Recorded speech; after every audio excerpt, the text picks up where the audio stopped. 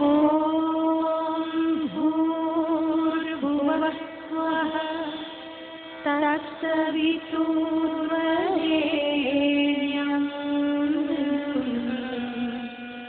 भर्गो देवस्य धीमहि धियो यो नः प्रचोदयात्।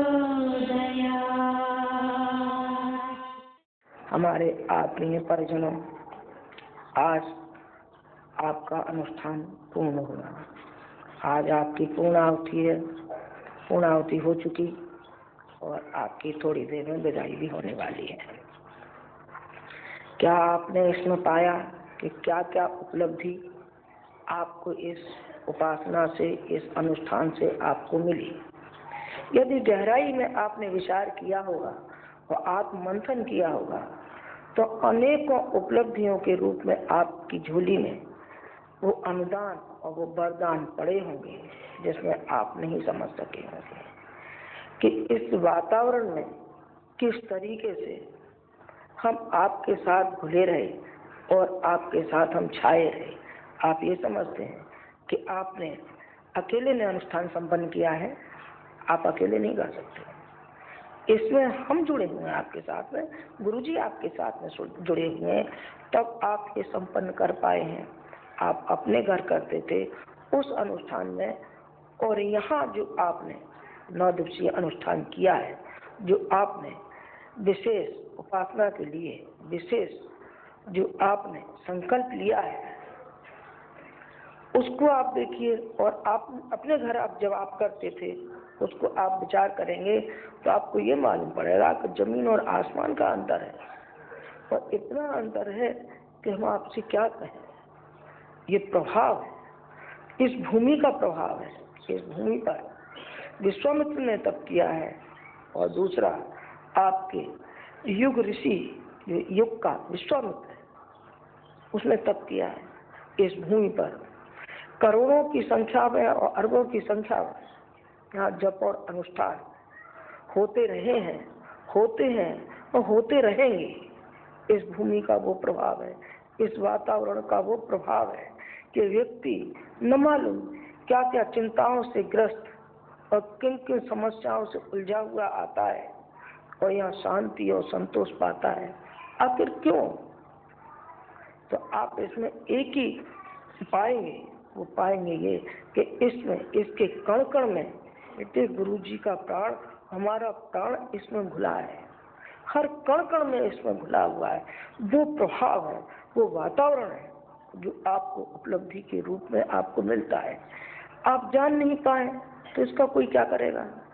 जान नहीं पाएंगे तो भगवान ही साक्षात आपके सामने आ जाए और आपकी अन्य विनय करे और आपको इतना अनुदान दे डाले या आपकी झोली भर डाले, तब भी आप खाली के खाली रह जाएंगे। मुझे वो याद आ जाता है तो वो हंसी का ही कि एक ब्राह्मणीय ब्राह्मण था और एक था उनका बच्चा। मैं उसको उपलब्धि की, आज अनुदान और वरदान की बात कह रही हूँ आपसे।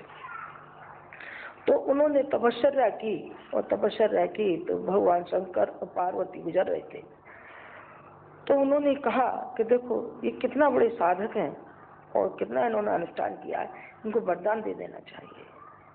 तो शंकर जी ने एक बात कही, उन्होंने कहा पार्वती इस लायक नहीं हुए कि इनको वरदान और अनुदान दिया जाना चाहिए। उन्हें क्यों? इन्होंने केवल हमारी शक्ल को देखा है, और वो देखा है कि शंकर जी बेल पत्र और धतूरा खाते हैं और शंकर जी को पूजो, लेकिन शंकर जी जैसा इन्हें बनना नहीं चाहे। गायत्री माता के भक्त तो हैं, लेकिन गायत्री माता के अनुरूप बन नहीं पाए कि गायत्री माता हमसे क्या चाहती हैं, हमसे क्या अपेक्षा है। जो हमसे अपेक्षा है इस लायक बने कि नहीं बने। यदि आप बन गए तो बिल्कुल सही अर्थों में आप गायत्री माता के बेटे हैं, गुरु जी के आप शिष्य हैं और माता जी के आप बेटे हैं, सही रूप में हैं। यदि आप ऐसा नहीं कर पाए तो ये समझा जाएगा है तो बेचारे हैं, तो हमारी संतान, लेकिन बेचारे हैं, बेचारे ही रह गए। आपके अंदर वो स्फूर्णा और वो शक्ति और वो प्रेरणा नहीं आई तो कैसे माना जाए कि आपके अंदर वो भक्ति आ गई। तो अभी मैं उनकी बात सुना रही थी, शंकर जी की बात कह रही थी। उन्होंने कहा कि नहीं, दे ही दीजिए, दे ही दीजिए। पार्वती ने कहा, शंकर जी ने कहा भाई दे देते हैं। तो सबसे आगे वो ब्राह्मण और बुढ़ा आया, नहीं ब्राह्मण ही आए। उन्होंने कहा कि दीजिए भगवान हमको वरदान। लगा के ले लो वरदान। क्या चाहिए? कि हमको क्या चाहिए? लौकिक चाहिए, पारलौकिक चाहिए। उन्होंने कहा लौकिक चाहिए, पारलौकिक से हमें क्या मतलब, और जन कल्याण से हमें क्या मतलब। उन्होंने कहा कि मांगना है तो वो चीज मांगिए जिसमें आपका भी कल्याण हो और दूसरों का भी कल्याण हो। उन्होंने कहा दूसरों से हमें क्या फायदा, हमें तो हमारे लिए चाहिए, हमको दीजिए, हमें क्या मतलब कि पड़ोसी हमारा दुखी है सुखी है या पीड़ा पतन दोनों हाथों से हमें पुकार रहा है और ये कह रहा है कि देखिए हमारी तरफ देखिए, हम कितने कष्ट में, आइए हमको शांति दीजिए, जब आपको प्रेरणा मिली है। तो उन्होंने कहा नहीं, हमको कोई ज़रूरत नहीं, हमको तो अपनी ज़रूरत है। कहा अपनी ज़रूरत है, बोलो क्या चाहिए। उन्होंने कहा देखिए अब हमारे मरने का वक्त आ गया, हमको तब एक ही चीज़ चाहिए। वो क्या चाहिए? खुद गर्जी, जिसमें खुद का लाभ होता हो और वो होता हो दिखावटी। कैसा दिखावटी? उन्होंने कहा रूप यौवन चाहिए मुझे। तो मैंने कहा कि अच्छा भाई रूप यौवन चाहिए, आप रूप यौवन ले लीजिए। तो रूप यौवन मिल गया। अब आई दूसरे की बारी, बुढ़े की बारी आई। उन्होंने कहा आप भी मांग लीजिए एक। अब वो गुस्से में तमतमा रहा था बहुत बुरी तरह से। उन्होंने कहा कि इस बुढ़िया को क्या सूझी है। उन्होंने कहा कि रूप यौवन मांग बैठी है, कुछ और मांगती। उन्होंने कहा भाई तुम क्यों नाराज हो रहे, जब तुम ही मांगो। उन्होंने कहा हाँ मैं ये मांगता हूँ कि बुढ़िया सुअरिया बन जाए। सुअरिया बन जाएगी। अब एक जो बच्चा था उसमें वो बहुत तिलमिला रहा था, रो रहा था, क्योंकि माँ से बच्चा बड़ा होता है और माँ की छत्र छाया में बढ़ता है। पिता तो केवल साधन जुटाता है और माँ लालन पालन करती है और माँ संस्कार देती है, माँ बच्चे को संस्कार देती है। जितने भी हमारे संत हुए हैं और जो ऋषि हुए हैं, किसने पैदा किए? माँ ने बनाए। और दूसरा जो संस्कार मिला वो गुरु से मिला, गुरु ने उनको ढाला, माँ ने पैदा किए संस्कार दिया और गुरु ने वातावरण बनाया, उनमें प्रेरणा भरी, ऊंचे उठे। उन्होंने कहा कि इसको सुअरिया बना दिया। उन्होंने कहा बच्चे तू क्यों रोता है? मैं ये रोता हूँ कि मेरी मम्मी तो ये सुअरिया बन गई है, अब मेरा लालन पालन कैसे होगा, मुझे खाना कौन खिलाएगा, मुझे प्यार कौन देगा, मुझे संभालेगा कौन। उन्होंने कहा बेटा एक तू भी मांग ले। उन्होंने कहा कि मेरी माँ जैसी थी वैसे ही आप बना दीजिए। कहा जल छिड़क दिया, वैसे का वैसे बन गया, वैसी की वैसी ही बन गई। तीनों को वरदान भी मिला और तीनों खाली हाथ रह गए। विचार किया क्या, आखिर खाली हाथ कैसे रह गए? खाली हाथ को इसलिए रह गए कि उन्होंने केवल अपनी स्वार्थ के लिए मांगा था, अपने लिए मांगा था। कहीं परमार्थ के लिए मांगा होता, कहीं लोक मंगल के लिए मांगा होता तो वो भी उसी श्रेणी में आ गए होते जिस श्रेणी में हमारे भागीरथ आए हैं। भागीरथ ने तपश्चर्या की थी ना, और उनको जो वरदान मिला सारा का सारा उन्होंने लोक मंगल में लगा दिया। तो आज भी भागीरथ की जय बोलते हैं, विश्वामित्र की जय बोलते हैं, परशुराम की जय बोलते हैं। क्यों? परशुराम ने तपस्या की थी और जो भी कुछ पाया उन्होंने सारे लोक मंगल में उन्होंने सारी जिंदगी को खपा दिया। कहते हैं कि 21 बार उन्होंने सर काटे थे। इसमें तो शक है, ऋषि किसी का सर नहीं काटता, लेकिन ऋषि एक धारा को, प्रभाव को बदलता है। ऋषि उस चाल को बदलता है जिसमें भेड़ें चलती हैं, ऋषि उसमें सहयोग नहीं करता। ऋषि की चाल, ऋषि की दिशा अलग होती है और उसकी लाइन बिल्कुल अलग होती है। जैसे समुद्र में मछली जाती है और मछली सरसराती हुई अपनी जगह रास्ता बना लेती है, इसी तरीके से ऋषि अपना रास्ता बनाता है और वो सूरज और चांद की तरीके से चमकता है, जो सारे संसार को एक दिशा देता है, रोशनी देता है और प्रकाश देता है। तपश्चर्या हो तो इस श्रेणी की हो, तपश्चर्या से लाभ मिलता है। अभी जो मिलता है वही तो मैंने अभी आपसे निवेदन किया, आपको भी मिलेगा और मिल चुका है। आप अनुभव क्यों नहीं करते कि हमें मिल चुका है? आपने यही अनुभव किया है, रोना सारी जिंदगी रोना ही रोना, लाओ ही लाओ, बीवी लाओ, बच्चे लाओ, पैसे लाओ। अरे इसी के लिए जिंदगी है क्या? इसके आगे भी है बेटे, इसके आगे है। और इसके आगे वो जिंदगी है कि सारा संसार आपको दुआ देता रहेगा, आपको आशीर्वाद देता रहेगा और आपको अपने कलेजे से लगाएगा। हमारी औलाद तो जाने हमारे लिए सेवा करेगी कि नहीं करेगी, लेकिन हम जानते हैं कि एक साधक की, एक ऋषि की और एक संत की औलाद जो होती है वो कितना कर पाती है, वो हमारी आंखों से देखिए ना। आप अपनी आंखों से देख रहे हैं, आप अपने चिंतन से विचार कर रहे हैं। आप हमारे चिंतन में घुसिए ना, आप हमारी गहराई में घुसिए ना।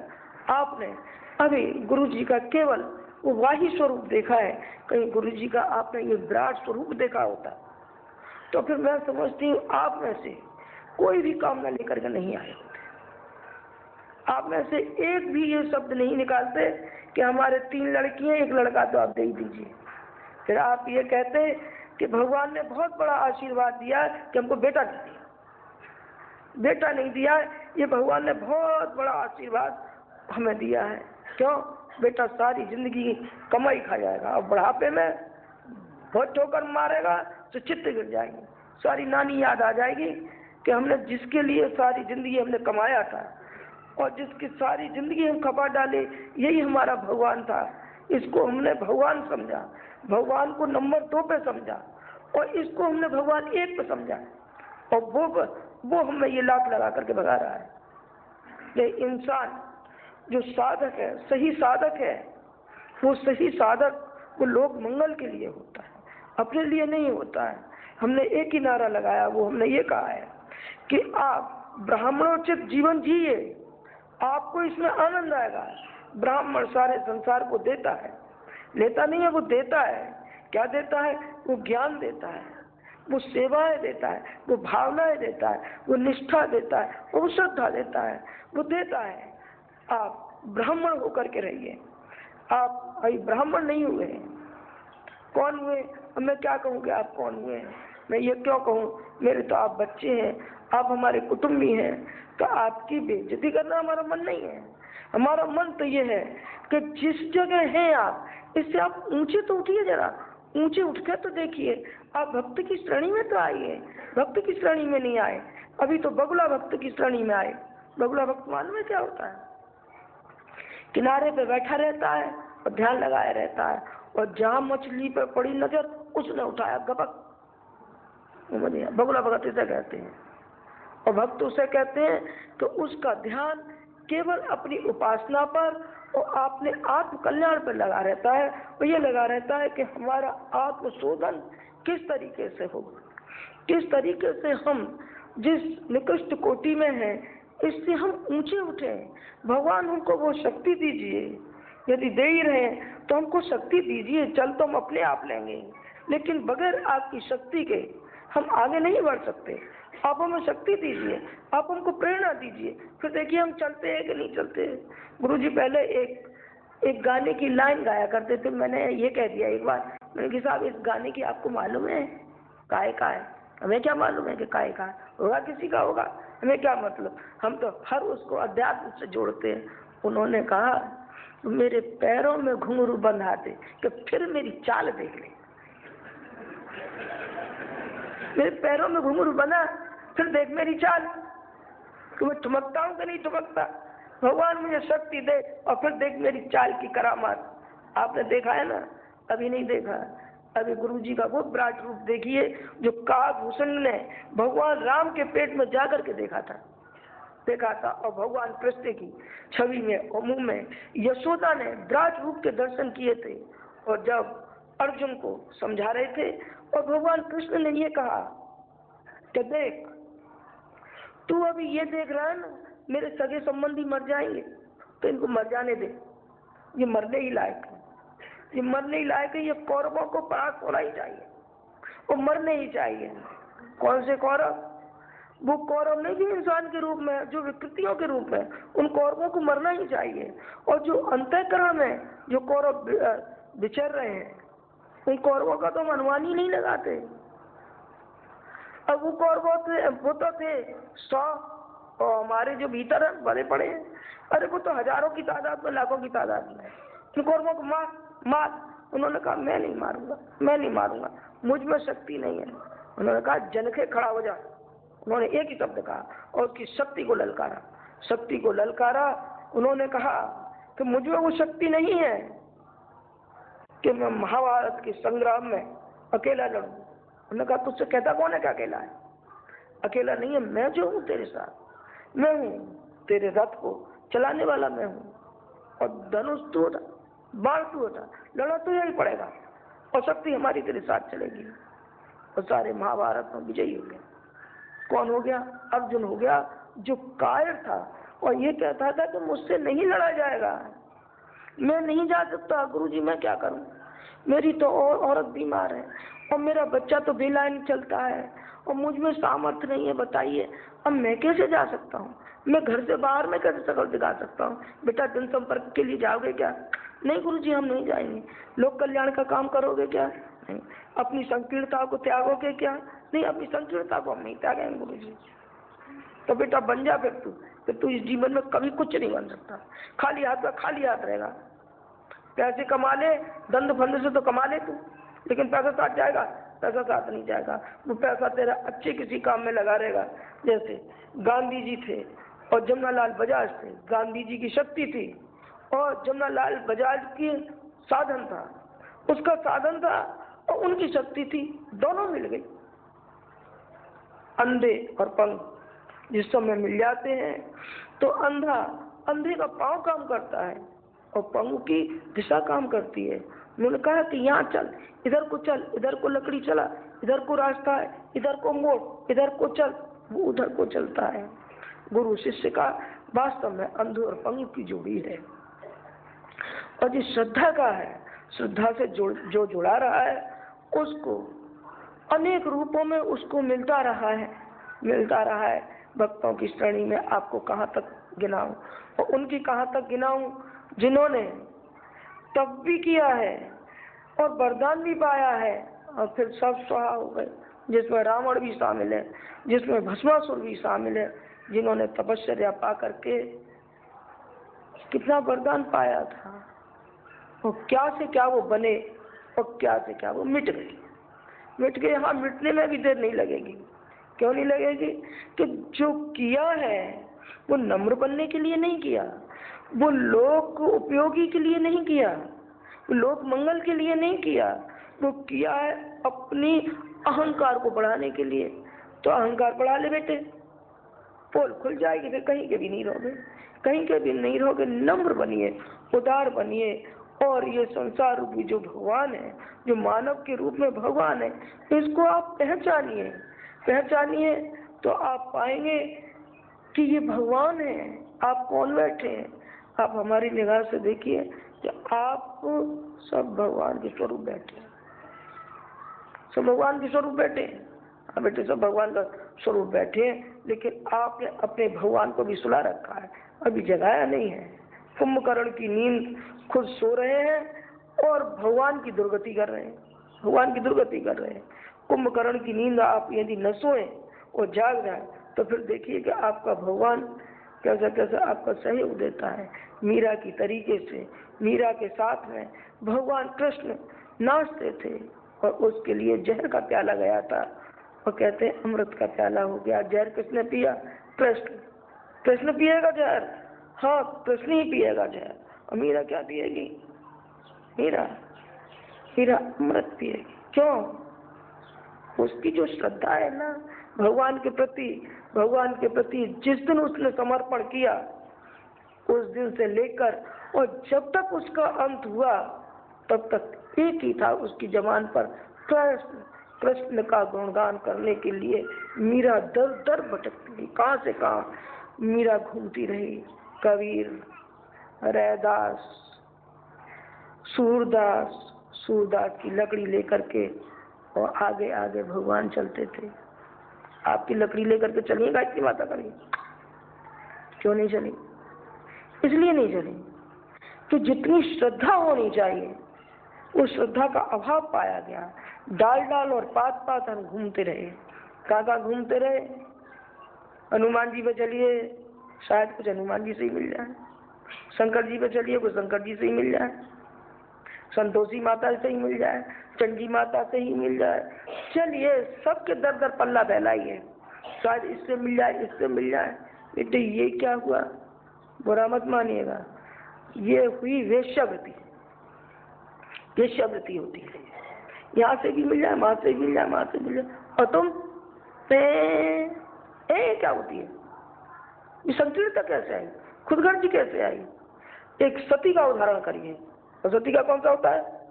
सती का वो होता है कि जिस दिन से अपने पति के घर में आती है वो हर परिस्थिति में उसका साथ देती ही चली जाती है।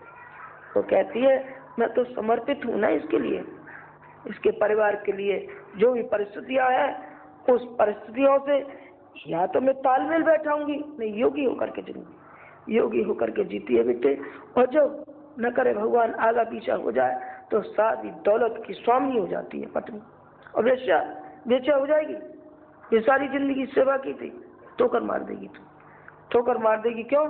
कि उसकी उसमें पत्नी में और वेश्या में अंतर है, उसकी भावना है, उसकी श्रद्धा है, उसकी निष्ठा है अपने पति के प्रति, वो भगवान का स्वरूप मानती है, और वो केवल पैसा मानती है। अंतर है कि नहीं? अंतर है। इसी तरीके से भगवान में, भक्त में इतनी ही दूरी है, इतनी ही दूरी है। जब जीवात्मा परमात्मा में मिल जाती है तो सारे संसार का स्वामी वो जीवात्मा हो जाती है, और भगवान उसके साथ साथ चलता है। जिनका समर्थ गुरु रामदास ने जो अनुदान और वरदान शिवाजी को दिया था, और किसी को क्यों नहीं दिया? इसलिए नहीं दिया गया कि केवल उसके अंदर वो निष्ठा, वो श्रद्धा पाई गई। जबकि उन्होंने ये कहा कि इसकी परीक्षा लेनी चाहिए कि ये सफल है कि असफल है, बनावटी है कि वास्तविकता है। वास्तविकता देख ली गई तो अक्षय कटारी दे दी गई, ले जा बेटा, इसी से विजय होगा, इसी से विजय होगा। और विवेकानंद को वो शक्ति मिल गई जो सारे संसार में अकेले ने सारा रामकृष्ण मिशन को फैला दिया। वो खुद भी चमक गया, उनके गुरु भी चमक गए। कैसे? उसकी निष्ठा थी ना, श्रद्धा थी, उसने पा लिया। हर चीज श्रद्धा के बल पर, भक्ति श्रद्धा के बल पर ही खरीदी जाती, पैसों से नहीं खरीदी जाती बेटे, बनावटीपन से नहीं खरीदी जाएगी, वो श्रद्धा से खरीदी जाएगी। यदि श्रद्धा है आपके अंदर तो सबरी भी है आप, तभी भगवान राम आपके यहाँ आएंगे। और आप जैसे रामकृष्ण परमहंस की काली आकर के उनको खिलाती थी, और काली को वो स्वयं खिलाते थे। वो निष्ठा जाने कहाँ चली गई। तो साहब उपासना में हमें आनंद ही नहीं आता। अरे आपको आएगा कैसे? मन तो जाने जाने बेलगाम का घोड़ा जाने कहाँ फिरता है, जाने किधर को भटकाते रहते हैं उसको। माला, हाथ तो लगाए माला पे और दिमाग लगाए जाने किधर को किधर जा रहा है। कहीं व्यापार में जा रहा है, कहीं सर्विस में जा रहा है, कहीं लड़ाई झगड़े में जा रहा है, कहीं बदले की भावना में जा रहा है, जाने कहाँ जा रहा है। हम कहते हैं उन भावनाओं को त्याग दो और आप समर्पित तो करिए, आप समर्पित करिए अपने को, फिर देखिए आपको मिलता है कि नहीं। आपने समर्पण किया है? नहीं, आपने नहीं किया। बाबा जी कैसे नहीं किया? किया है हमने। तो अंशदान देते हैं, देखिए दिया है कि नहीं दिया है। हाँ बेटे, सिर माथे पर है। यदि ये अंशदान आप नहीं देते तो ये इतनी बड़ी बिल्डिंग कहाँ से बनती, और जो यहाँ के क्रियाकलाप है वो कैसे चलते हैं, और यहाँ के जो इतने कार्यकर्ता हैं, कितने भावराशि कार्यकर्ता है जो अपनी सर्विस छोड़ करके आए। आप उनकी निष्ठाओं को तो देखिए, आप उनकी निष्ठाओं को देखिए, आप उनकी श्रद्धाओं को देखिए। तो क्या साहब की आ कैसे गए? फिर आ कैसे गए? आपको मालूम है कैसे आ गए?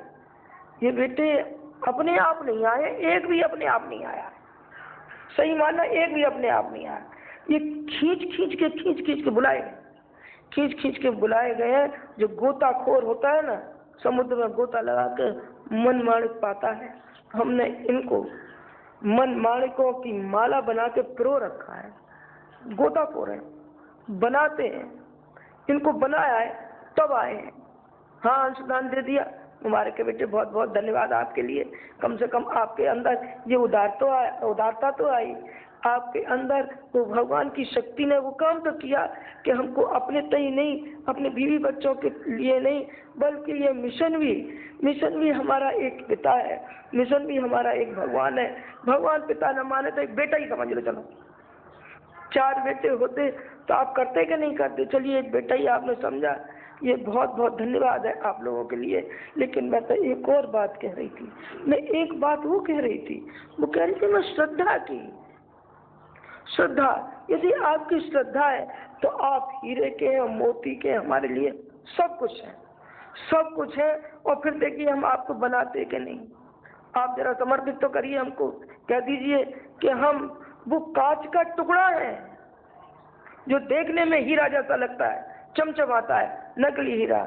एक दिल्ली में एक दुकान है, तो एक लड़का लाया, बोले कि माता जी आप अपनी पोती की शादी करें, हाँ बेटा कर तो रहे, तो मैं आप एक हीरा की चीज दिखाऊं क्या? क्या है जरा देख तो लूं क्या है। तो वे एक लाया, मैंने चुप से उसे कान पूछा, बोले क्या है रे ये? देना तो मुझे कुछ है नहीं, न दिया है, न हमने लिया है, न हम देंगे न लेंगे। जब वो ही नहीं रखा तो हमें हीरा पन्ना से क्या करना। पर वो विनोद की बात ही जो थी सस्तेपन की, तो उसने एक हार दिखाया मुझे, बड़ा जड़ाऊ, बहुत बढ़िया देखने में लगा। कितने का है जरा बताना? उन्होंने कहा माता जी ये 400 का है। बेटे 400 में तो एक नग भी नहीं मिलता है हीरे का, तू कहाँ से उठाना है इसको? चल। तो और किसी को बहकाना, माता जी को बहकाने आया है, माता जी को बहकाने आया, उसे सही बात बता दी 400 का है।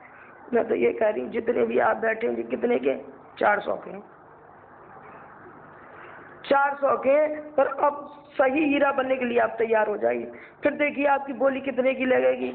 करोड़ों करोड़ों अरबों अरबों की लगेगी, उतनी लगेगी जितनी गांधी जी की सर की लगी थी। और ये कहा था कि गांधी जी का सर हमें मिल जाए तो अरबों खरबों नौछावर करना, इसके ऊपर अरबों खरबों नौछावर कर देंगे इस एक सर के लिए। फिर आप तो इतने बैठे, या हीरा बनने के लिए हो तो जाइए तैयार, फिर देखिए आपके अंदर से कैसी कैसी सतरंगी किरणें निकालते हैं। फिर हम आपको कैसी बढ़िया मूर्ति के रूप में, संत के रूप में हम खड़ा करते हैं आपको, जो सारे संसार आपको देखता रह जाए और पूजता रह जाए। पर हम अपने बच्चों को पीछे रखते हैं, कहीं अहंकार ना आ जाए। पुजवा के देख लिया हमने, देख लिया, बस पूजना ही की नहीं कहेंगे कि कोई पूजना, देना हो तो श्रद्धा जरूर देना, उसकी निष्ठा को आगे बढ़ाना, लेकिन पूजना मत किसी को। पूजा अब गया हमारा तो बेचारा लाख का फिर खाक में मिल जाता है। हम क्या करें तुम्हारी पूजा का? हमें नहीं चाहिए ऐसी पूजा, हमें तो वो पूजा चाहिए जिससे आगे आप भी बढ़िए और दूसरों को बढ़ाइए, आप बढ़िए दूसरों को बढ़ाइए। तो ऐसा तो हम कैसे बढ़ेंगे? वही तो मैं अभी कह रही थी, श्रद्धा के बल पर और लोक मानस के सहयोग के रूप में। आप आगे आइए, आप आगे आइए। देखिए जितने भी संत हुए, कबीरदास ने, कबीर ने भी यही उपासना की है, उपासना की भगवान के लिए, लेकिन सारी की सारी जिंदगी लोक मंगल में उन्होंने लगा दी। जब तक शरीर में प्राण रहे तब तक वो भगवान की उपासना ही करते रहे, और भगवान की जो सही रूप में उपासना करता है वो सही रूप में पा लेता है। हम अपने मल और विक्षेप को हटाने के लिए तैयार नहीं होते, उन मलिनताओं को त्यागने के लिए नहीं होते तैयार, उन मोह और लोभ की जंजीरों से हम इस कदर जकड़े रहते हैं कि उनको खोल नहीं पाते। जरा ये झटका दे दें उसको तो अलग जाके गिर जाए। जो हम जिन जंजीरों में जकड़े रहते हैं, आप कृपा करके उन जंजीरों से निकलिए आप, और फिर पाइए आप पाते हैं कि नहीं पाते हैं। तो फिर हमको करना क्या पड़ेगा? करना क्या पड़ेगा बेटे? बहुत बड़ा तो कुछ नहीं करना पड़ेगा। देखो आप नहीं करेंगे तब भी ये परिवर्तन तो होने ही वाला है, ये क्रांति तो हर हालत में होनी है।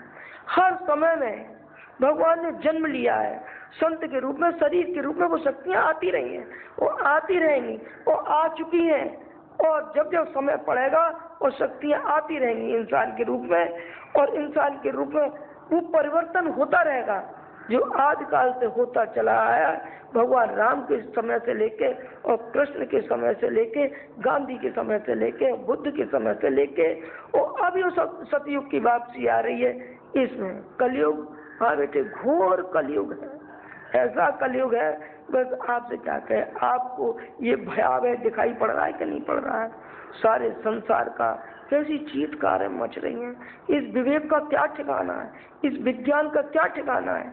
जो विज्ञान सर्वनाश पर तुला हुआ है, सर्वनाश पर तुला हुआ है। क्या इसे कोई शांति देने वाला है, कोई अकल देने वाला है कि ये सारी की सारी सारा संसार हमारा विनाश की कगार में चलता हुआ चला रहा है। विध्वंसकारी विध्वंसकारी ये विज्ञान है ना, अकल है ना। ये अकल, हाँ बेटे, अकल किस काम की है? किसी काम की नहीं है ये अकल। ये अकल तो बस हम आपसे क्या कहें। लेकिन यदि कहीं ये श्रद्धा उभरे आवे तब, और भावना उभरे आवे तब, तो बेटे हम उनको वो शक्ति दें कि सारा संसार शांति पा सके, संतोष पा सके और प्रेरणा पा सके।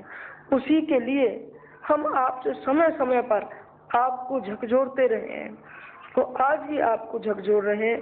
और जब कभी भी आप आएंगे, हमेशा हमेशा आपसे एक ही प्रार्थना हम करते रहेंगे कि बेटे एक हमारी आग को ले जाइए। वो कौन सी हमारी आग है?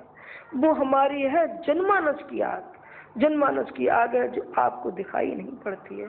वही मैं कह रही थी कि गुरु जी के अंतरंग में घुसिए तो आपको एक ऐसी ज्वाला धधकती हुई नजर आएगी आपको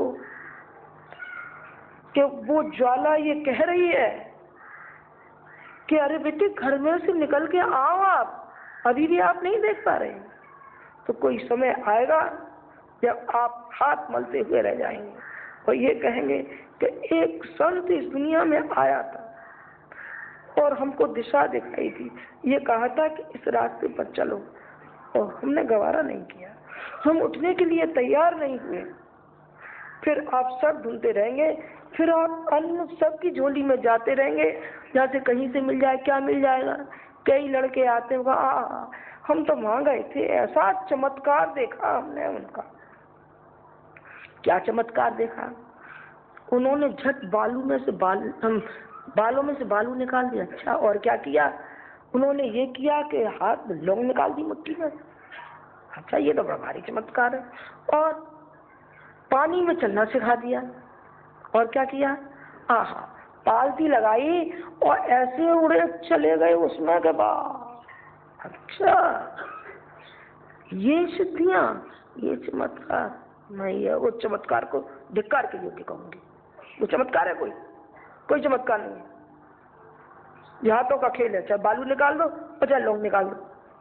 क्या हुआ इससे? लौंग निकालने से हम कहते सिद्धि गई। ये कौन सी सिद्धि है? जिससे कि इंसान का कोई परिवर्तन नहीं हुआ, उसके हृदय का परिवर्तन नहीं हुआ। ये कौन सी उपासना है? ये कौन सा तप है? तप वो है जो कि व्यक्ति को बनना सिखाता है। अंगुलीमाल गए थे भगवान बुद्ध के पास, काय के लिए गए थे? इसके लिए। लेकिन जब उन्होंने सही रूप उनका देखा, उन्होंने कहा कि देख, जिस रास्ते पे तू चल रहा है ना, वो रास्ता धिक्कारने योग्य है, और जो हम बता रहे हैं रास्ता, वो सही रास्ता है। अंगुलीमाल संत हो गया। और जिस युग में जो आवश्यकता होती है उसके अनुरूप व्यक्ति नहीं उठता है, तो फिर वो कभी उठ नहीं सकता। वो कुछ कर सकेगा नहीं, कुछ नहीं कर सकेगा। आज युग की मांग है, वो मांग है जिसके लिए आपसे कहा जाता है, समय समय पर कहा जाता है। ये कहा जाता है भाई 1 से 5 बनिए, 5 से 25 बनिए, आप प्रज्ञा मंडल बनाइए, आप गोष्ठियाँ करिए, आप सत्संग चलाइए, आप दीप यज्ञ किए। इसके पीछे क्या राज छिपा है मालूम है आपको? आपको तो केवल क्रियाकलाप ही मालूम है कि हमसे ये कह दिया गया है 1 से 5 बनाओ, 5 से 25 बनाओ, संगठन। हाँ बेटा, संगठन में इतनी शक्ति है, और संगठन तभी बन पाता है जब व्यक्ति के अंदर से वो स्फूर्णा पैदा होती है और वो ललक होती है कि हमको कुछ कर गुजरना है। जो कर गुजरना है वो कराता है, वो कराता है। सारी की सारी उसकी आस्थाएं कराती हैं। देखिए हम तो जाते हैं, कोई सुनता ही नहीं है। सुनेगा कैसे? आपके अंदर वो शक्ति है कि कोई सुने? मरे मराए से तो है, बुझे बुझाए से तो है, बीमारी के मारे से तो है, टीवी के मारे से तो है। आप नहीं साहब, टीवी कहाँ है हमको? देखिए हम तो बिल्कुल हट्टे कट्टे बैठे, हट्टे कट्टे देखने में ही बैठे आप, लेकिन आपके चेहरे से देखा जाए तो आपके अंदर वो ओज नहीं है जो ओज होना चाहिए। नहीं है तो आप बनाइए। हम कब कहते हैं माँ के पेट से पैदा, ऐसे नहीं होते कि सब शक्ति लेके चले आते हैं, पीछे बनते हैं, पीछे बनते आप अब बनिए ना। और समय है आप आगे बढ़िए। आप अपनी महिलाओं को आगे बढ़ाइए, अपनी पत्नी को आगे बढ़ाइए। नहीं साहब हम पत्नी आगे बढ़ाई तुम्हारी नाक जो कट जाएगी, कट जाने नाक को, एक दिन कटनी है वो तो कटा जाए तो क्या हर्ज है, एक दिन कटा तो कट जाए, यहीं रख जाना नाक को, काट करके शांति कुंज में फेंक जाना। इनको आगे बढ़ाइए। आप आगे तो चलिए, आप आगे चलना नहीं चाहते, आप कुछ करना नहीं चाहते। जिस दिन आपके मन में ये भावना पैदा होगी फिर आप देखिए आप आगे आगे चलते हैं कि नहीं और सुनते हैं कि नहीं सुनते हैं। सब सुनेंगे, आपके साथ हम है ना। आपको विश्वास नहीं है, जिस दिन आपको ये विश्वास हो जाएगा कि हमारे साथ गुरु जी हैं, माता जी हैं, गायत्री माता है, और एक कितनी कितनी फौज तो आपके साथ खड़ी है, फिर देखिए आपके अंदर शक्ति आती है कि नहीं आती है। गुरु जी के साथ कौन था बेटे? परोक्ष था, प्रत्यक्ष कोई नहीं था, परोक्ष था। और उनकी श्रद्धा थी और उनकी निष्ठा थी, वो थी। कोई इतनी शक्ति उनके अंदर भर दी कि मैं तो ये समझती हूँ कि सारा विश्व एक तरफ वो एक तरफ है। शक्ति है कि नहीं? बिल्कुल शक्ति है। शक्ति कब आती है? जब आती है जब हम उठने को तैयार होते हैं। हम उठने को तैयार नहीं होते, गिरने को होते हैं तो 10 धक्का देने वाले हो जाएंगे। उठने के लिए तैयार होंगे तो उठाने के लिए भी हमको 1000 हाथों से उठाया जाएगा, 1000 हाथों से उठाया जाएगा। सीरी फरियाद का आपने सुना होगा कि उसका जो विवाह करना चाहती थी सीरी फरियाद से, तो फरियाद के पिता ने ये कहा कि इसके लिए शादी की जाएगी, इसके लिए हम शादी नहीं करें। तो उन्होंने कहा अब जो किसी तरीके से बला नहीं कटेगी, एक तरीके से कटेगी। उन्होंने कहा कि देख भाई, तू पहाड़ को काट करके और नहर निकाला तो हम शादी करेंगे। पहले मन ने कहा कि भाई शक्ति नहीं हमारे अंदर तो इतना बड़ा काम कैसे कर लेंगे। फिर उसकी शक्ति को झकझोरा अंतरात्मा ने कहा शक्ति कैसे नहीं है, अभी निकालते हैं, अभी निकालते हैं।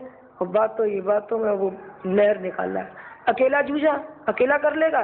नहीं बेटी, अकेला नहीं करता व्यक्ति, उसके साथ में जो समूह होता है, संगठन की इतनी बड़ी शक्ति होती है, इतनी बड़ी शक्ति होती है कि जब पुल पर से फौज निकलती है तो उनसे पहले से कह दिया जाता है कि देखिए जिस कदर आप रोड पर चलते थे ऐसा मत चलना, नहीं तो ये पुल टूट जाएगा, पुल टूट जाएगा। बिखरे हुए चलना, कदम 4 लेफ्ट राइट मत करते चलना।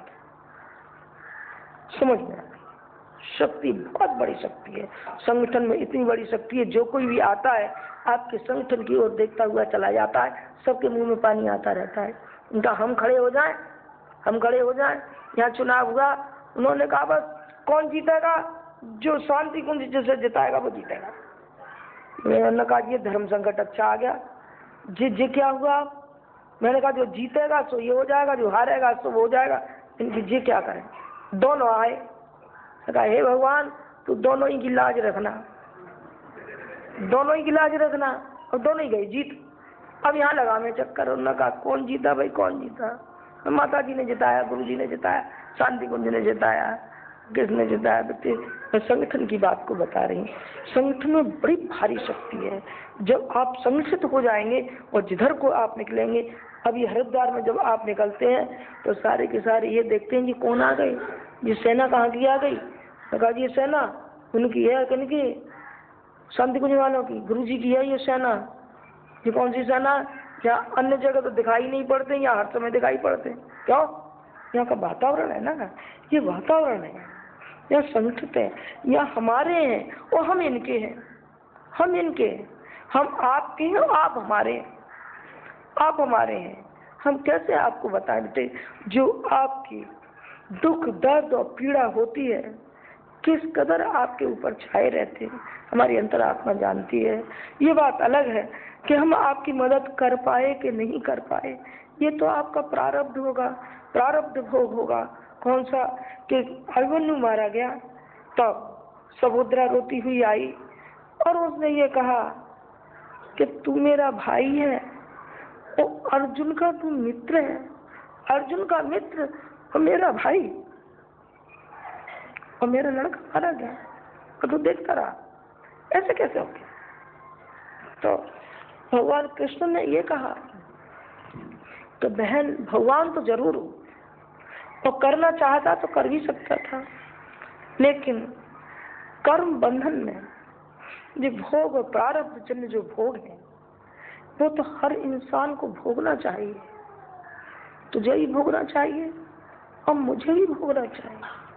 तो या तो बच्चा भुगतेगा या बाप भुगतेगा। कर्जे को अदा कौन करेगा?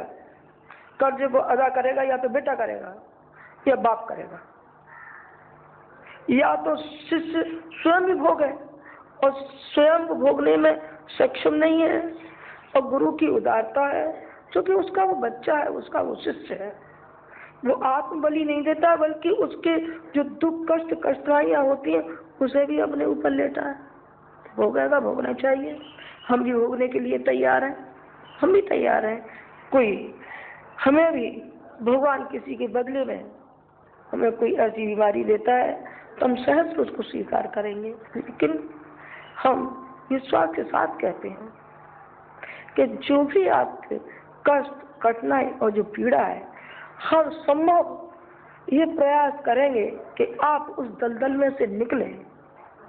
और किसी तरीके से मान लीजिए आप नहीं निकल पाए तो हम आपको शक्ति देते रहेंगे कि आप उन परिस्थितियों से या तो तालमेल बैठा लें या कुचल के फेंक दें उनको। वो शक्ति देंगे आपको, शक्ति के रूप में देंगे। एक सज्जन आए, उन्होंने कहा कि आप सरकार से लेते हैं, सरकार क्या देंगे हमको? हम देंगे। आप क्या देंगे?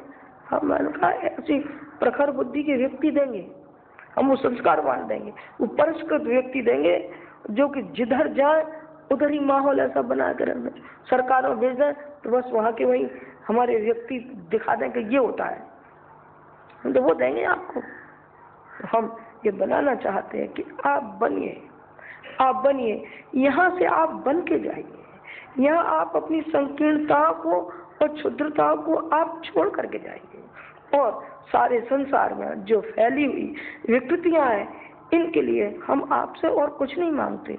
पैसा नहीं, पैसा नहीं मांगने आए। क्या मांगने आए? हम मांगने आए आपका समय, आपका श्रम, आपकी श्रद्धाएं, आपकी भावनाएं। हम वो मांगने के लिए आए, पैसा मांगने के लिए मत कहना। ये मत कहना कि हम कोई भिखारी है। नहीं बेटा, भिखारी नहीं है तो हम पल्ला फैला रहे, नहीं पल्ला तुम्हारे सामने फैलाएंगे, उस भगवान के सामने नहीं फैलाएंगे। भगवान के सामने फैलाएंगे। जितने सारा का सारा हमको सहयोग दिया है वही भगवान आपके अंदर आएगा, वो कराएगा, वो कराएगा। आपसे क्यों कहेंगे? आपसे नहीं कहेंगे। आपसे एक ही बात हम कहेंगे, जो पतन और पीड़ा आपको पुकार रहा है उसके लिए आप खड़े हो जाइए, उसके लिए आप आगे बढ़िए।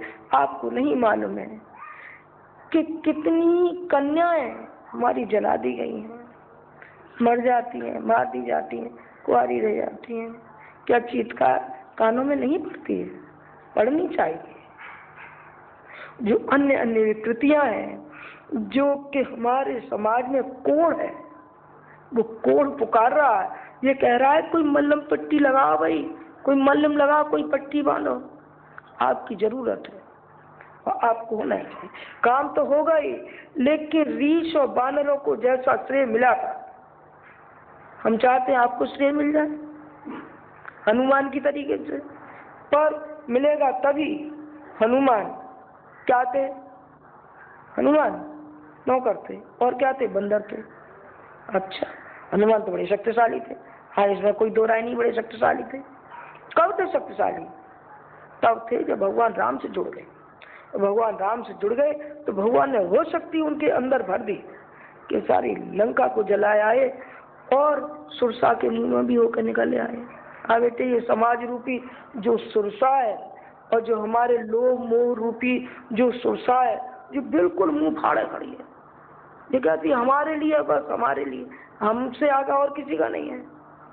उसे आप खड़े हो जाएगा, नहीं, हम केवल आपके नहीं है, बीवी के नहीं है, बच्चों के नहीं है किसी मायने में है, फर्ज और कर्तव्य के मायने में है, बाकी के हमको जगड़ नहीं सकता कोई।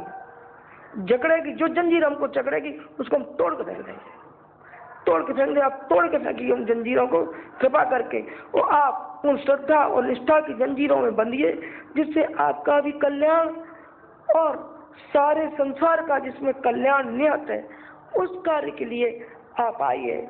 आज विदाई देते हुए मुझे अपने मन में तो लग रहा है कि मेरे बच्चे यहाँ से जा रहे हैं, मैं इनसे कुछ पूछ भी नहीं सकी। आए भी तो बेचारों को लाइन में खड़ा कर दिया, बेटा कह जा तू अपनी बात। ये मन समझना कि माता जी ने कुछ पूछा नहीं था हमसे। बेटे हम जाने अनजाने आपके, जब आप सोते रहे हैं और हम जगते रहे हैं, प्रत्येक के सर पर हम हाथ फिराते रहे और ये वादा करते रहे कि हम आपके साथ हैं, चाहे आपने कहा है चाहे आपने नहीं कहा है। हमने सब आपको पढ़ लिया है, क्योंकि आप हमसे जुड़े हुए हैं। आज आप विदा हो रहे हैं, भगवान करे आप जहाँ कहीं भी रहें, भगवान आपकी रक्षा करता रहे। जो भी हमसे बन पड़ेगा हम भी आपकी रक्षा करेंगे। जहाँ कहीं भी रहें आप हमारे बन के रहिए, हम आपके बन के रहें, आप हमारे बन के रहिए। आपको गुरु जी की हमारी शक्ति मिले, भक्ति मिले। आप यहाँ से भक्ति लेकर के जाना, बस आशीर्वाद में केवल हम अपनी हृदय की आग की चिंगारी हम आपको समर्पित करते हैं, तो आपकी सबकी झोली में उस चिंगारी को डालते हैं। तो उस चिंगारी को लेकर के जाइए और आप उस चिंगारी को लगा तो दीजिए, जो दावा नल के रूप में बहती हुई दिखाई पड़े। वो चिंगारी आप उस आग को लेकर के जाइए, जिसमें समाज में जरूरत है, मानव जाति को जरूरत है। इसको उठाइए, जो पीड़ा पतन में गिरी जा रही है, ये ससक रही है, इसको जीवन दान देना है, इसको ज्ञान देना है। और ज्ञान बगैर प्रकाश के नहीं आएगा, बगैर प्रकाश के ज्ञान नहीं आ सकता है। और ज्ञान जब आएगा, ज्ञान आएगा, अज्ञानता हटेगी, अज्ञानता का अंधकार हटेगा और ज्ञान का सूर्य उदय होगा। वो सूर्य उदय होगा जब ज्ञान की प्रकाश को हम लेंगे। और ज्ञान मिलता है साहित्य के द्वारा। जितना हम उसको पिएंगे, अक्षर नहीं पढ़ेंगे, अक्षर पढ़ना बात अलग है, अक्षर से नहीं बनता।